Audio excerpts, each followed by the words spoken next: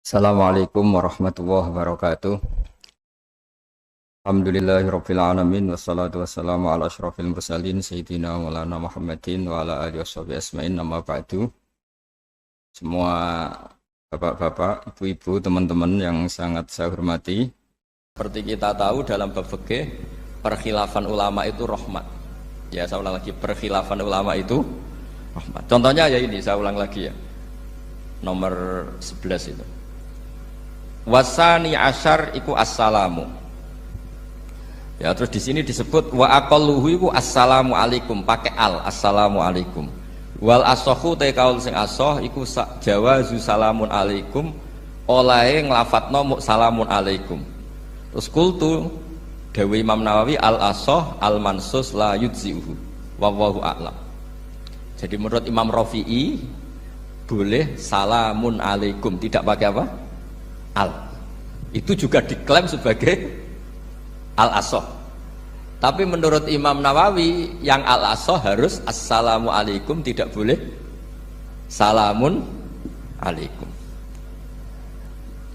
Terus wallahu a'lam wa annahu la tajibun niyatul khuruji. Jadi ketika Anda salam tidak harus niat keluar dari apa? Salat. Dengan kamu salam berarti otomatis keluar dari apa? Sholat. Nah, ini menjadi problem menurut pemikiran banyak ulama, karena ketika masuk sholat harus niat masuk sholat. Karena ketika kita takbir kan bisa takbir demo, ya kan? Kan macam-macam kan? Makanya untuk membedakan itu kan niat. Memang ini kata ulama bukan kata saya. Sekedar melafadzkan takbir ini kan demo ya takbir. Kamu kagum sesuatu juga takbir. Orang Indonesia itu kadang orang nggak sholat pun bilang subhanallah, memang sudah jadi bahasa nasional. Kalau kaget tuh bilang subhanallah. Saya punya kenalan Cina itu kalau punya uang ya mohon alhamdulillah. Tak tanya kok bilang alhamdulillah. Orang-orang Islam tuh kalau seneng bilang alhamdulillah. Yang ribet itu kubu sebelah. Kalau orang NU mau layasol itu mana tanya, Gus itu doa orang makan gitu. Kok bisa? Biasanya orang NU kalau makanan sudah keluar mau layasol, ribet kan? Aduh repot itu. Jadi kadang-kadang wiridan itu sudah jadi bahasa nasional. Jadi Cina orang nggak sholat tuh kalau punya uang ya bilang alhamdulillah. Kadang orang yang nggak sholat tuh tanya, datang ke saya insya Allah. Ya ribet, makanya ulama itu berdebat. Lafaz-lafaz seperti ini itu apakah wiridan apa adat. Nah, untuk membedakan adat dan yang lain maka dibutuhkan niat. Makanya Allahu Akbar harus niat untuk masuk sholat. Nah normalnya salam juga harus niat keluar sholat, biar karena masuknya niat ya keluarnya harus niat. Itu menurut sebagian ulama. Tapi sebagian yang lain enggak lah, kalau selesai tidak perlu niat. Tapi tadi sebetulnya ada problem, jangan-jangan salam ini salam adat. Kebetulan ada temannya masuk terus bilang assalamualaikum, nanti temannya jawab waalaikumsalam. Itu ada kisah nyata. Ini memang naif betul ini. Ada orang alim sholat. Nah, ketika ada yang mau lewat itu kan dihadangi begini ya. Jadi diadang gini ya, itu Bidin. Yang lewat tuh karena saking nggak pernah yang ngaji malah tidak salaman. Kagetnya bukan main itu. Ada orang sholat, ada orang mau lewat, kan kesunatannya diadang begini. Sisi ini santai saja malah ngajak salaman.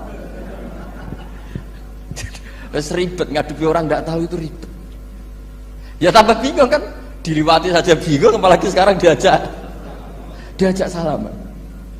Kan memang nggak sambung, kulturnya itu nggak sambung. Nah, itu kalau bilang assalamualaikum terus pikir kamu waalaikumsalam, ya ribet. Memang ngadepi orang nggak tahu itu ya ribet. Makanya ya agama ini, ngelola agama ini memang. Nah barokahnya ngaji fikih itu beginilah. Saya sering cerita. Misalnya kita hafal fikih, takbir itu wajib, rukun. Tapi bentuk ngangkat tangan itu sunnah. Itu barokahnya masya Allah. Andai kan kita menentukan kaifiahnya, mungkin kita sok suci. Itu pernah ada peneliti cerita ke saya, Gus saya ini orang NU itu pusing. Kenapa? Takbirnya beda-beda. Ada yang terlalu semangat, Allahu Akbar. Apalagi yang was-was, wah itu semangatnya masya Allah. Malah ada yang tanya, itu takbir berkali-kali itu madzhab apa? Jadi orang was-was cobalah bertobatlah, itu jangan sampai jadi madzhab baru. Kalau yang was-was orang bodoh gak masalah. Coba kalau dia orang alim alama, nanti muridnya juga niru. Oh ternyata takbir yang satu 3 kali itu. Oh ternyata takbir yang saya itu 7 kali. Itu kalau dia jadi imam. Kalau dia jadi makmum nyampai ini pinggirnya sampai pinggirnya takut kan bulan baleni. Ada yang kayak orang nggak punya uang, Allahu Akbar tangannya diangkat separuh saja enggak. Itu kan, tapi itu enggak ngefek di Indonesia karena dari awal kiai-kiainya ngajarin ngangkat tangan itu nah caranya juga agak ditentukan, terserah kamu. Begitu juga posisikan tangan itu juga sunat. Sehingga kalau sampai ke Turki atau kemana-mana itu ada yang kayak orang baris, ya kan? Habis takbir ya sudah. Ada yang sendakap, sendakapnya beda-beda.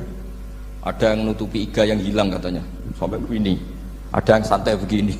Oh pokoknya nggak jelas. Sehingga itu kalau di militer ini ada Pak Dandim itu juga bingung ini nggak protap ini kan. Tapi kalau di fikih itu memang kalau sekali nggak diwajibkan terserah masing-masing. Ada yang kayak orang baris, ada yang sendakep begini katanya apa nutupi iganya yang hilang, wadah yang sambil laras-larasan macam-macam. Tapi barokahnya ilmu fikih itu diputuskan memang dari awal tidak wajib. Yang wajib itu takbirnya. Maka duduk juga begitu, meskipun kita sepakat duduk tahiyat ula namanya iftiros, duduk tahiyat akhir namanya tawarruk, itu harus kita vonis, kita hukumi sunnah. Cara seperti itu sunnah. Wa ayyu qu'udin qa'ada sohat sholatu, seperti kemarin di Minhajul Thalibin, dengan duduk gaya apa saja sholatnya tetap sah. Sehingga kalau kita di Arab misalnya pas haji, orang Arab itu memang ya agak kacau. Orang Indonesia itu kalau sholat duduk itu kan memang benar-benar sakit sudah agak mau mati, itu benar-benar sholat baru duduk. Orang Arab itu enggak, sholat duduk pakai kursi, soft itu enggak ada orangnya, ada kosong, itu jalan kaki kursinya di bawah. Wong bawa kursi kuat kok sholat duduk. Kalau orang Jawa kan, saya juga iskal, orangnya kalau bawa kursi kuat dipindah-pindah tapi kok sholatnya. Kalau orang Jawa agak kebayang, kalau sholat duduk emang bener-bener sakit. Terus saya pernah ditanya lagi sama orang, Gus di Mekah itu kok banyak orang bawa HP, terus kalau ditelepon diangkat soli, itu mazhab apa? Mazhab geblek kata saya. Tapi ini kan orang Arab, kan seakan-akan terus mewakili internasional kan, karena pusat banyak tuh. Ditelepon digoleki telepone wong sak akeh golek ini tok wis kangelan ya. Warang ketemu soli patene. Nah, kita kan diajarin di kiai Indonesia kalau itu membatalkan apa? Salat. Jadi ribet. Nah, barokahnya kitab-kitab seperti ini, meskipun kita di Indonesia itu mengikuti panduan yang diarahkan atau yang dibagukan oleh ulama-ulama dulu. Nah, Indonesia itu makanya berkah. Saya sering ketemu ulama Mekah itu kalau muji haji Indonesia luar biasa. Bukan sekedar sopannya, memang cara hajinya itu nyari kaul yang disepakati itu sah. Karena memang dilatih KBIH, dilatih Kemenak, masih dilatih kiai setempat. Meskipun niatnya ya kadang tidak baik. Saya pernah tak tanya, kenapa kamu latihan haji sebegitu? Kalau sholat kok enggak? Sholat gak sah gak apa-apa, Gus gak bayar, ini kaji. Oh ternyata dia itu sholat bedino ratau kursus baik kulon. Bareng apa kaji oleh takok tenan, tak takok. Oh sholat kira tahu takok, nak kaji kok takok. Nak sholat rasa gak iman, Gus gak bayar, ini haji. Cuma sebenarnya kurang ajar kata saya. Jadi ternyata sekarang terkuak. Kenapa orang-orang awam itu kalau kaji kok semangat belajar? Semangatnya sama dengan sholat apa di bawah haji jauh sholat itu? Berpuluh-puluh tahun sholat itu dengan gaya yang nggak ada perkembangan. Tapi haji pisan langsung tren. Ternyata karena bayar ya. Apa perlu ditiru? Sholat harus bayar supaya ini supaya. Ya itu alasannya itu. Nak haji rasa berat Gus, apa? Bayar Gus. Nak sholat rasa nggak bayar wae maksudnya. Padahal kalau kita ngikuti as-sholat imaduddin, sholat dengan haji itu afdal mana? Afdal sholat, harusnya lebih serius belajar sholat ketimbang belajar haji. Tapi setahu saya nggak ada kan KBIS ya, kelompok bimbingan ibadah sholat. Jadi ini kritikan saya, semoga didengar ya, cobalah. Padahal ini Raden Asnawi yang dikarangi pesolatan, supaya orang itu sholatnya benar, ya sholatnya benar. Ya jadi ngaji fikih seperti ini setidaknya Anda menjadi tidak mudah mengadili orang lain, bahwa sholat itu yang takbir tok yang wajib, misalnya baca ya Fatihah tok, sehingga kalau ada imam lupa baca surat ya gak apa-apa, memang dari tidak wajib. Jadi pemilahan wajib dan tidak ini penting supaya tidak menghakimi pada yang lain. Jangan sampai perilaku kesolehan itu menjadi bentuk yang mengadili, nggak boleh. Itu Pak Kapolres, kalau di ilmu fikih itu ada ulama penjaga ilmu itu ekstrim-ekstrim. Dulu ada sahabatnya Nabi namanya Jabir bin Abdillah, ini ada di kitab Bukhari, di kitab sholat. Ya maksudnya al ilmu tentang sholat. Itu semua yang di masjid itu sudah pakai jubah, pakai gamis. Kalau orang Indonesia mungkin ya pakai hem, pakai baju batik, pakai. Itu dia datang malah gamisnya dicopot, gamisnya dicopot, imamannya dicopot, terus tinggal pakai satu sarung, terus dicancang di sini, akidan benatorofaihi ala atik, dicancang begini, kayak cerita-cerita di perang pahlawan itu, hanya dengan pakai sarung satu dikalungkan itu. Terus ada orang-orang tabiin bilang gini, unzuru ila ashabi Rasulillah, ini sahabatnya Nabi kok sholat dengan cara seperti itu, nggak islami banget ya, nggak keren banget lah. Terus kata Jabir bin Abdillah, saya sengaja melakukan ini supaya kamu tahu bahwa batas aurat yang dimaksud Nabi seperti ini. Shalla Rasulullah sallallahu alaihi wasallam fi izarin wahid akidan baina tarafaihi ala atiki. Saya pernah melihat Nabi sholat seperti saya ini.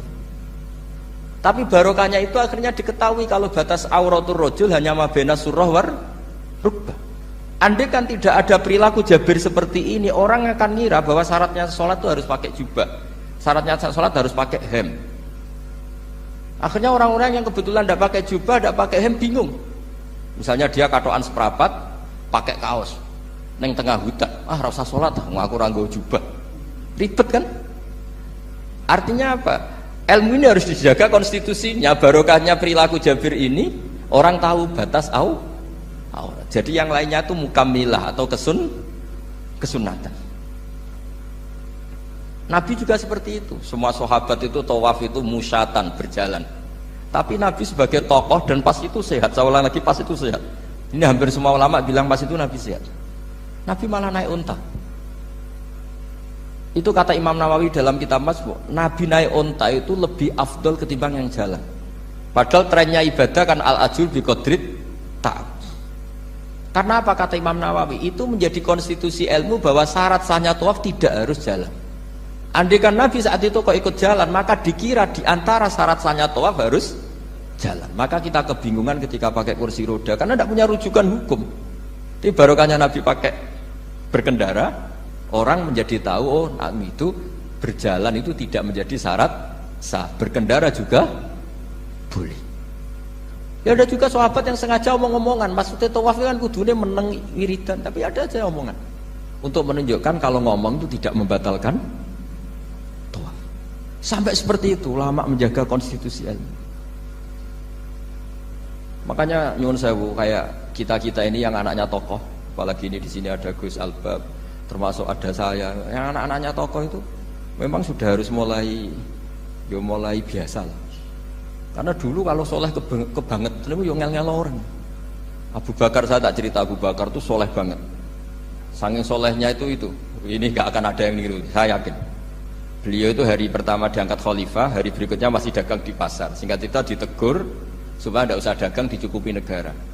Beliau setuju, dapat gaji. Setelah mau meninggal, semua gajinya itu disuruh ganti uang pribadi karena beliau merasa tidak nyaman. Wong mengkhidmati negara kok minta uang, ganti soal uang pribadi, diganti. Nah itu ya tentu tidak wajib, pejabat juga agak minat niru. Nah tapi lucunya apa? Sayyidina Umar ketika Abu Bakar sudah meninggal itu kritiknya lucu. Kamu itu solehnya berlebihan. At-ab taman badat, sing repot sing genti. Nak soleh kok aja nemen-nemen. Mesti nak soleh ya dikira-kira lah, aja nemen-nemen. Sakake sing ngenteni repot. Makanya saya sering jagungan sama putra-putrane Mbah Mun itu keluarnya gitu. Abai wis alim, ganteng. Pengaruhnya gede, diterima semua pihak, repot sing gede. Mengenai kalau khusnudzon, nak kiai kok pas-pasan itu mesti wis dianggap strategi lah dengan cara seperti itu. Loh iya loh, kalau misalnya kita hanya Kapolres itu anak kita kan bisa Kapolda. Tapi kalau kita sudah Kapolri itu anaknya juga jadi Kapolda, belum kayak bapaknya kan. Jadi Kapolres belum kayak. Tapi kalau bapaknya hanya Kapolres kan anaknya masih gampang lah, nanti Kapolda sudah ngelangkai kan. Jadi kadang-kadang itu artinya ulama dulu itu hebat cara. Makanya kamu jangan kaya-kaya banget, jangan sukses-sukses banget. Kasihan anak kamu nanti ini. Kasihan itu. Makanya saya sebenarnya jadi kiai itu yang ingin bener-bener banget, tapi sakit santriku lah kira-kira. Ini bukan justifikasi, tapi ini cerita saja cerita. Jadi di antara makalahnya Sayyidina Umar yang terkenal itu komentar Abu Bakar tuh at-abta man ba'dak. At-abta ngel-ngel no siro man ing wong ba'daka sausti siro. Kowe iku terlalu bener sing repot aku iki penggantimu. Enggak aku maksa soleh tetep ora koyo Abu Bakar. Maksa soleh nek koyo kowe nek soleh kira-kira lah aja nemen-nemen gitu. Dadi penggantinya itu. Ini cerita ya, jadi saya mohon. Nah, barokahnya itu juga kesolehan yang massal itu diakui oleh ulama. Termasuk begini misalnya nyuwun sewu, Nabi itu menyebut kesolehan itu ya termasuk wa fi buti ahadikum sodako, kowe ngeloni bojomu ya sodako. Ayati ahaduna syahwatahu wa walahu ajrun. Masa urusan gitu dapat pahala ya Rasulullah? Jawab Nabi enteng. Ali salawadu'aha fi haramin akana alaihi wisrun. Kalau dia begitu selain istrinya kan dosa ya, berarti kalau sama istrinya ibadah, tidur ya ibadah, kumpul istri ibadah, bercengkrama sama keluarga ibadah. Akhirnya ulama bikin satu hukum yang luar biasa. Di antara hukum yang di kitab usul fikih itu begini, mubah itu udah ada. Itsmamin mubahin illa wa yatahaqqaqu bihi tarku haramimma fa'il zamu minas sukun tarkul qatli wa minas sukut tarkul qadzaf wal ghibah. Sehingga kita ulama misalnya melihat orang kampung sekatokan seperapat ning omah ngomel mbek bojone, mbok ngomel mbek anake, ini luar biasa karena ndak di diskotik, ndak di tempat-tempat yang seperti itu. Ana wong ning omah nglamun rokokan wis delok tikus liwat misalnya. Lumayan ra delok gambar porno. Itu ada ulama yang berpikir itu karena tidak ada sesuatu yang mubah kamu lakukan kecuali saat itu Anda meninggalkan keharaman. Makanya kata ulama mubah itu tidak ada karena saat melakukan mubah artinya Anda tarkul haram. Wa tarkul haram wajib, berarti fal mubah wajib. Sehingga ulama misalnya sampean turu mulai barisak nanti subuh, hadza taraka zina wa taraka sariqah wa taraka kadza wa kadza. Semoga malaikat pakai usul fikih itu. Kalau malaikat pakai usul fikih itu, kamu tidur habis isya sampai subuh, hadza tarakal ma'asi kasirah. Lah yang ribet kalau malaikatnya bagian khusuk, hadza tarakat tahajud wa tarakal witra wa tarakal itu ribet itu. Nah, kita semoga malaikatnya yang percaya pendapat tadi. Jadi ada dua pandangan, ada ulama mengatakan mubah itu tidak ada karena tidak ada orang yang sedang melakukan mubah kecuali saat itu pasti meninggalkan keharaman. Makanya ini sirinya kenapa dulu kiai-kiai top itu sering jagungan. Orang tahu semua lah, Mbah Zubair sering jagungan, dulu Mbah Tur ya sering jagungan di depan Masjid Menara. Karena ingin mensuasanakan bahwa untuk menikmati hidup itu tidak harus dengan keharaman. Jagungan mbek konco ya seneng, gejul-gejulkan mbek konco ya seneng. Ini anggap saja perlawanan terhadap supaya tidak nikmati maksiat. Wa qutbu hadaddin al-istidzad bil mubahat kata Imam Ghazali. Inti beragama ini adalah nikmati sesuatu yang dihalalkan oleh Allah Subhanahu. Coba ketika orang lain bisa nikmat kalau harus ke tempat-tempat maksiat, kamu cukup nikmat ketemu konco gejol-gejolokan zaman mondok podo melarate, terus diterusno saiki yo jek melarat atau cocokan melarat itu kan keren loh. Keren. Sisi tok diusir mertuane, sisi tok diusir IP ini terus cocokan. Ndak kowe piye Kang, gak apa-apa sabar kabeh kodok kodar wae Kang. Wah itu ibadah yang luar biasa. Mergo ridho sama kodok kodar, dia tidak perlu cari nyuwun sewu hiburan yang maksiat. Nah, saya berharap ulama-ulama Indonesia itu mengikuti jejak ulama dulu.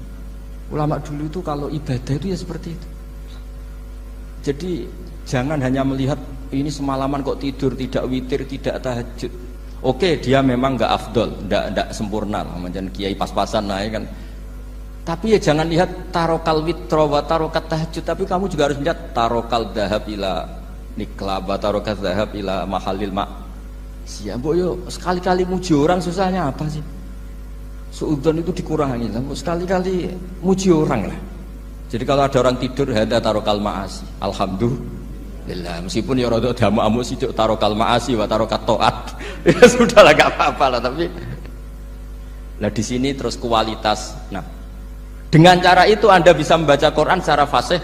Wa min ayatihi manamukum billaili wan nahar. Lu kenapa sekedar tidur kok dianggap wa min ayatihi? Di mana-mana ayat itu kan hal-hal yang luar. Ini tentang tidur saja kok dianggap ayat. Itu bisa dimaknai keren kalau Anda pakai kaidah usul fikih, yaitu dengan tidur berarti Anda meninggalkan sekian maksiat. Sehingga disebut wa min ayatihi manamukum billaili wan nahar. Nah, saya berharap konstitusi seperti ini jalan terus. Ya saya baca ya sampai salam selesai.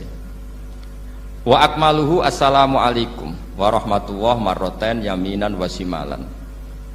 Multafitan fil ula hatta yura khadduhul aiman.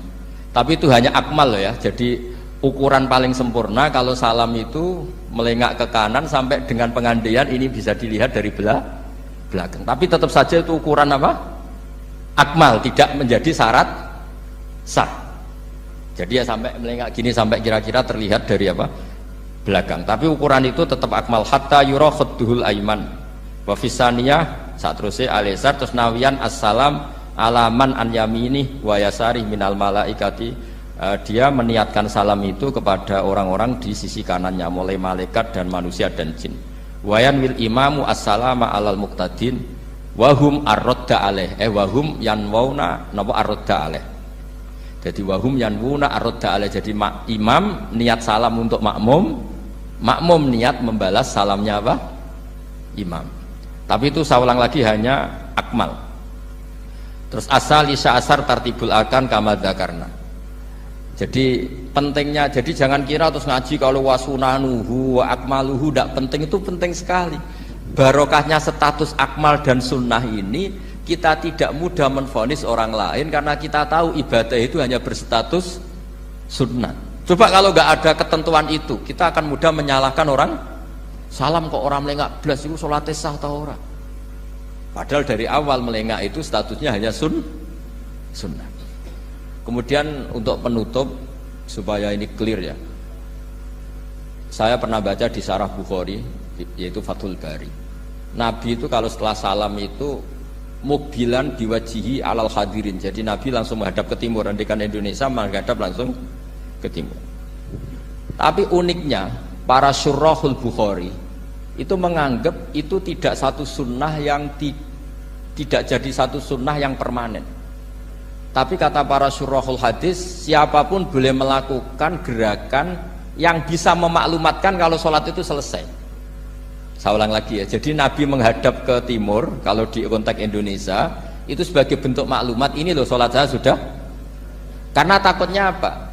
Orang yang dari jarak 2 kilo 3 kilo ingin makmum sama Nabi. Andai kan Nabi tidak menghadap ke timur, tetap posisi seperti sholat menghadap ke kiblat, maka orang dari luar mengira Nabi fi sholatin. Ya, Nabi masih dalam. Bahayanya apa? Kalau orang ini langsung takbir usolli fardhu zuhri misalnya makmuman, ternyata Nabi sudah sholat, berarti sholatnya nggak sah. Kenapa? Irtibatus sholat atau robtus sholat biman huwa laisa fi sholatin. Dia menggantungkan sholat dengan orang yang sudah tidak, dan itu bahaya sekali. Masa kamu sholat makmum sama orang yang sudah tidak? Nah semenjak itu terus ada aturannya ulama, siapapun yang jadi imam harus memaklumatkan diri dengan cara apa saja supaya menunjukkan kalau sholat itu selesai. Makanya adat kiai-kiai kita tetap menghadap kiblat tapi tidak astagfirullahaladzim. Itu sebetulnya memaklumatkan. Lo nak niat banter nyentak pangeran masuk istighfar bianter ya, gak sopan belas. Astagfirullahaladzim. Itu sebetulnya itu memang maklumatkan. Ini lo jong sholatku wis bar. Nak aku apa makmum masbuk sing ijek sholat atau cuma makmum aku gitu. Terus ada yang separuh-separuh ya, tidak madhep wetan, madhep ngulon, madhep ngalor. Itu ya sedengan gitu, maksudnya sedengan. Karena memang kata Syurahul Bukhari butuhnya itu apa? Imam punya gerakan yang menunjukkan kalau sholatnya itu selesai supaya nggak dikira fi sholatin kemudian ada yang mak. Ya clear ini ya. Jadi tidak perlu diperdebatkan kenapa sih ada yang menghadap timur, ada yang menghadap ke utara, ada yang tetap menghadap ke kib. Itu nggak perlu diperdebatkan, itu semuanya ada ilmunya, yaitu filosofinya apa? Ada gerakan yang menunjukkan kalau dia sholatnya selesai supaya tidak ada yang ikut. Sekali ada yang ikut berarti nanti apa? Robtus sholati biman laisa fi sholatin, yaitu menggantungkan sholat dia dengan orang yang hakikatnya sudah ada sholat. Ya nyuwun ngapunten sanget. Assalamualaikum warahmatullahi wabarakatuh.